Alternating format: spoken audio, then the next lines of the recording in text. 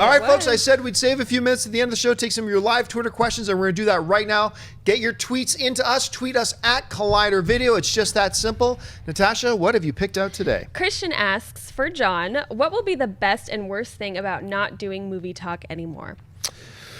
The best thing is not waking up at 5 in the morning. That's going to be the best thing. I'm not going to lie to you. I'm really looking forward to that. That's going to be awesome.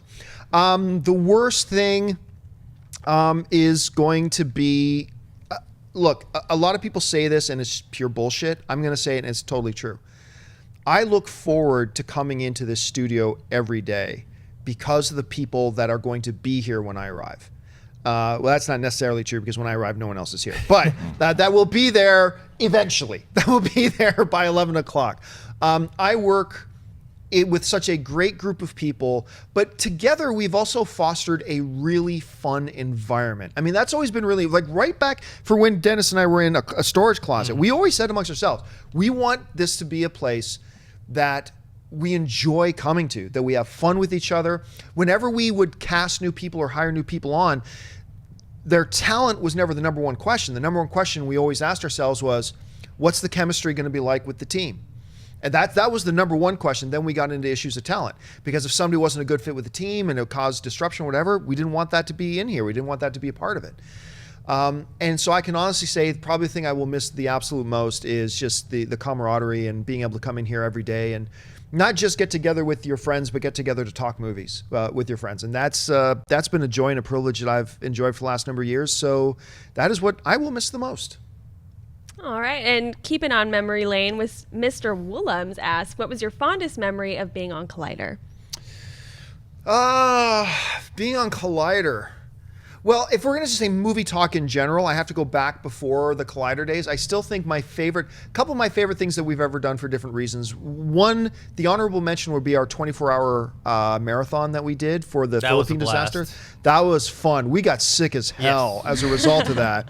We did 24 hours straight and then got in a car and drove to Vegas. Yes. Not the smartest thing to do. Not the smartest thing to do, but because of you guys, our goal was like $5,000 raised. You guys helped us raise $25,000 for the hurricane relief in the Philippines, which is awesome. But I gotta say, probably the biggest kick I got out of all the stuff that we've done, besides the award ceremonies and the trophies we've won and things like that, was probably our Guardians of the Galaxy night. Our Guardians of the Galaxy night, we had James Gunn, the High Lord Kevin Feige, and Chris Pratt came into studio with us and hung out for an hour, and we did this whole special just on Guardians of the Galaxy, and that was a hoot. That was a lot of fun. The 100 million view party was pretty fun. awesome. The 100 million view party was awesome. Yeah. Actually, now that you mention it, that was a lot of fun. I got to meet a lot of you guys for the first time. I think I met my assistant for the first time at our 100 million view party. Wendy and her husband were there, so that was a lot of fun too. What are some of your favorite memories we've had here in the last I think mine is the 24-hour marathon, especially that point where you, me, and Jeanette were pretty delirious. It was towards like the end of our time, and we were just...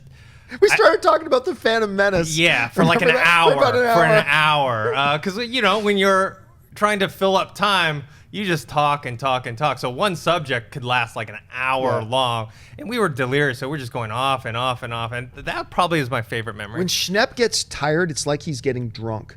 Seriously, like when Shep is getting tired, you'd think he was getting drunk because he just starts getting a little bit more delirious. I mean, the 100 million view for me, for sure, because that was our first year, Mark and I part of the crew, and seeing because to go back as far as the first time I had ever heard of AMC or Movie Talk or John was that I remember being on Schmoes one night and people were tweeting in like, you need to speak with John Campea on Movie Talk. We're like, well, who's John Campea? Who's John Campea? And we started tuning in, and we had very similar views on movies, and then he invited us on, and we were able to kind of do that and to see that other people and what you said before in regards to what you were looking to do, talking to people that saw movies that talked to you the way that you saw movies, and if you felt like people were talking to you as a fan, that was kind of always Mark, and that was our philosophy and what we wanted to do, and I think that's why we vibed so well with you when you were here. But I have to say, I mean, the two things that kind of is pitching you the Star Wars show, and you going, yeah, And then that's going to work. And then we did that, and then being able to go from that and taking that into being able to go to the Force Awakens premiere all together. That was How much pretty fun amazing. was that? Yeah. That was. I still remember we were doing Movie Talk or Jedi Council. We were doing Movie Talk or Jedi Council live. It was one of the two, and it was you, me, and Mark. And No, Mark was in the other room. that's it was right. Movie Talk. It was Movie Yeah. Talk, and a buzz went off on my phone, and I very rarely have my phone with me on set, but that day I did.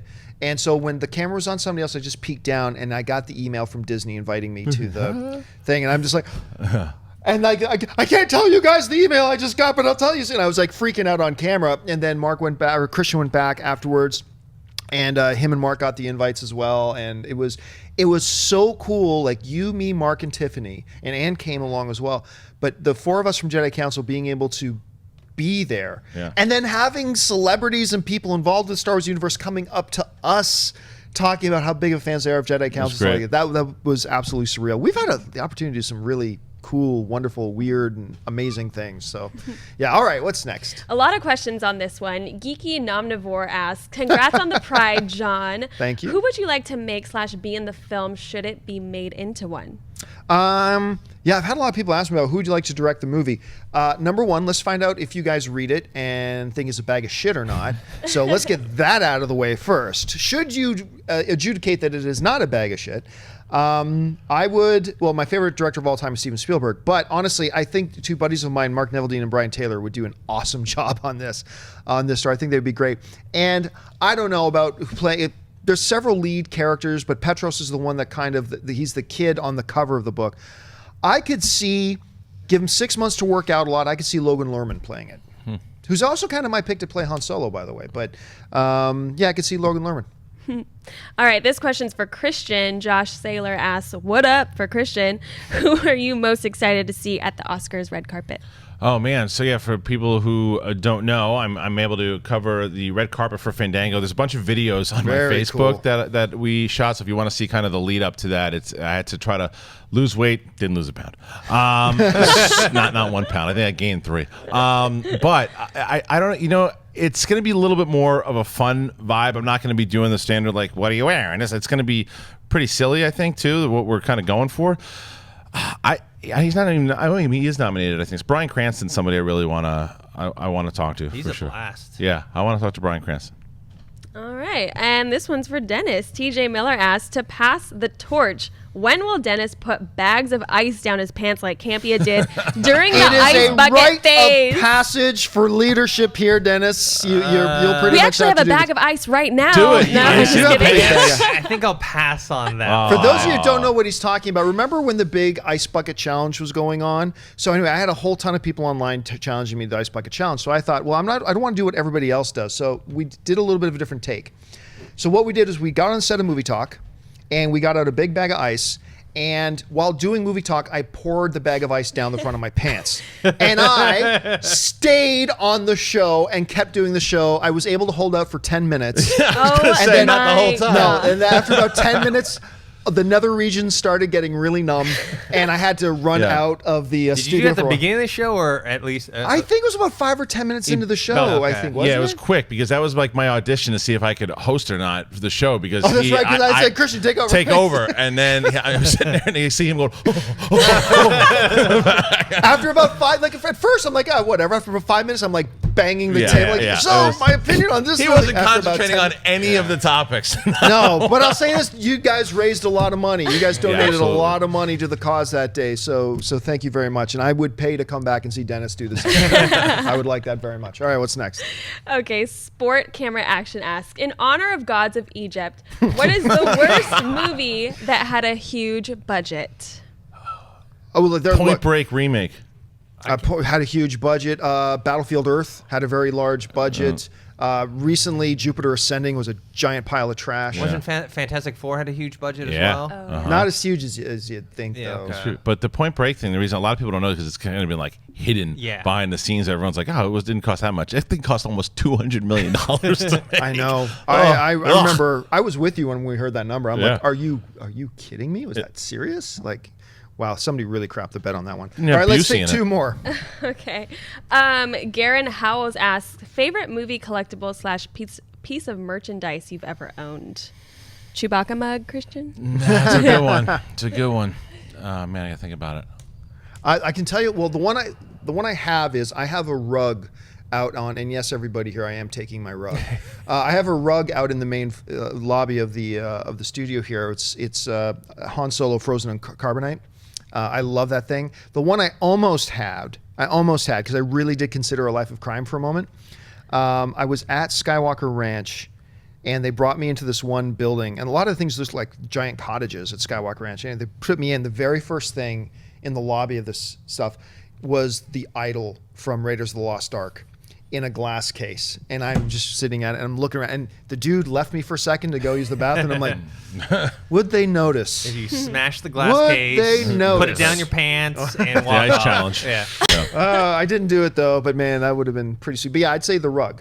I don't know. I like posters and T-shirts. I just ordered a Mondo poster for John Hillcoat's The Proposition, so I'm gonna put that up here somewhere. So I have a cool Batman figurine from like the Christopher Nolan. The one you got in your office there? Yeah. That is a cool one. This is really cool. It's him, just kind of him on the descent, and I got that when I was at Warner Brothers, and it's pretty cool. All right, last question of the day. All right, last question, and I'm dying to know this answer too. Oh, wow. Flex asks, hey, will we ever get a John Campea breakdance video? It's your birthday, so you got to do like a birthday dance, John. It's your intro for the Schmodown. Yeah. I used to be that guy who walked around in an Adidas windbreaker outfit, blue, by the way. It was blue. And me and my buddies would always have a good supply of cardboard boxes on hand to break down. And whether it was at the foot of Jackson Square, for those of you from Hamilton, the Toronto area, Jackson Square, we'd break dance out there. And I actually wrote on my grade 8 report that my long-term goal and dream was to be a professional breakdancer. A dream I was able to fulfill when I was in grade 9. I was actually a professional breakdancer for a little while. And then I remember I had to be 15, and I was laying in bed at night. And I don't know if it was just a moment of zen, or if it was actually the voice of God speaking to me, but I heard, like, in the middle of the night, I heard this voice say, John, you look stupid. That was me. Stop it. It was saying. Stop it. You're never going to find a picture of this, but I used to shave the sides of my head and just leave a little bit of hair, and then with a razor, cut out little lightning bolts. Oh my God. And how much? Wait for it. And Wait got for it it. somewhere. And then what little hair was there that the lightning bolts covered, bleached the hair blonde. my God. How much, Ann? So good. I'm telling you. Wow. So good. Send it. Our Drive City. breakdancing crew was called the Zodiac Crew, and I was Pisces. Look at that. And you will never What's your sign? ever find. This is in an era before we all your carried around little video recording devices in our pockets. man. You will never find a picture, because I've destroyed what little there were, or any video of it. Until I invent time travel. We're gonna find it. You don't want to call yourself Zap the break Zap? No, the that was my D&D character. Thank you very much. Oh my gosh. Hey guys, if you like this clip, click here to watch the entire episode. Also, make sure you subscribe to our YouTube channel because it'll help you stay up to date with all the stuff we've got going on here at Collider.